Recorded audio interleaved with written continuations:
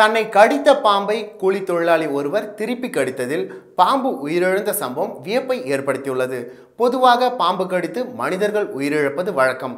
சிலர் ஆபத்தான நிலைக்கு சென்று குணமடைவர். இதற்கு மாறாக பீகார் மாநிலத்தில் ஒரு சம்பவம் நடந்துள்ளது. பீகாரின் நவாடா மாவட்டத்தை சேர்ந்த சந்தோஷ் லோஹர் என்பவர் அந்த மாவட்டத்தில் ரஜோலி என்னும் அடர்ந்த வனப்பகுதியில் புதிய ரயில்வே இருப்பு பாதை அமைக்கும் பணியில் ஈடுபட்டுள்ளார்.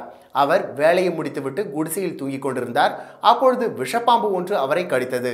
அந்த பாம்பை திருப்பி கடித்தால் தனது உடலில் இருக்கும் விஷம் ஒன்றும் செய்யாது என்ற நம்பிக்கை அவருக்கு இருந்தது. அந்த எண்ணத்தில் தன்னை கடித்த பாம்பை பிடித்து 2 முறை சந்தோஷ் கடித்துள்ளார். அதில் அந்த பாம்பு சம்பவ இடத்திலேயே இறந்தது. சந்தோஷ் லோஹர் மருத்துவமனையில் அனுமதிக்கப்பட்டார். அங்கு மருத்துவர்கள் சிகிச்சை கொடுத்த பின் நலமடைந்த அவர் மறுநாள் வீடு திரும்பினார். தன்னை கடித்த பாம்பை கூலி தொழிலாளி ஒருவர் திருப்பி கடித்த சம்பவம் அப்பகுதி மக்களிடையே பேசு பொருளானது.